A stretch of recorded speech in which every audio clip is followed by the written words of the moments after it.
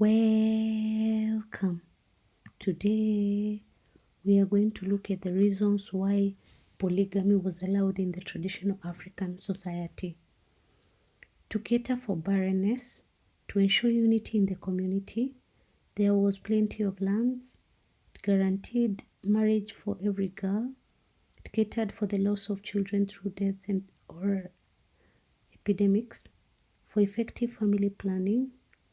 If the family gets children of one sex, especially girls, provided security for parents in old age because they had many children. It was a sign of prestige or raised one's social status.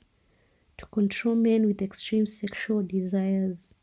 Many wives and children are a source of extra labor. Reasons why polygamy is practiced in African communities today. The barrenness of the first wife. If the family gets children of one sex, especially girls. Lust or lack of self-control. Wealth and influence. The desire for power and control.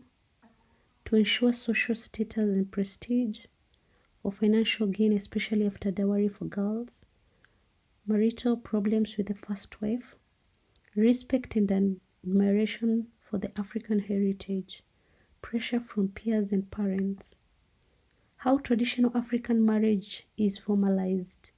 Feasting and celebration to celebrate the identification of a partner. Exchange of gifts between two families. Marriage negotiations. Payment of dowry.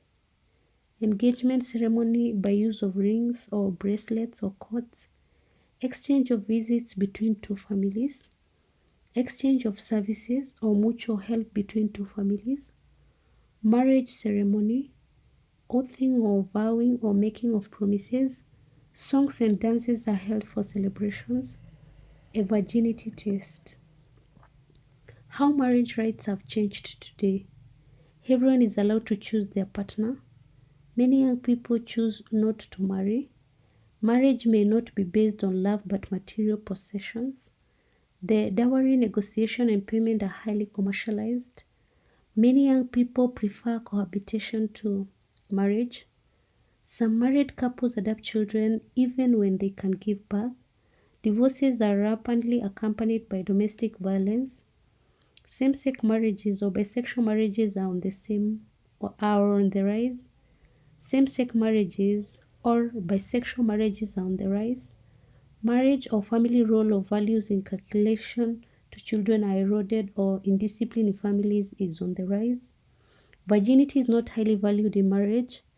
Unfaithfulness and irresponsible sexual behaviors among partners are sinking many families today.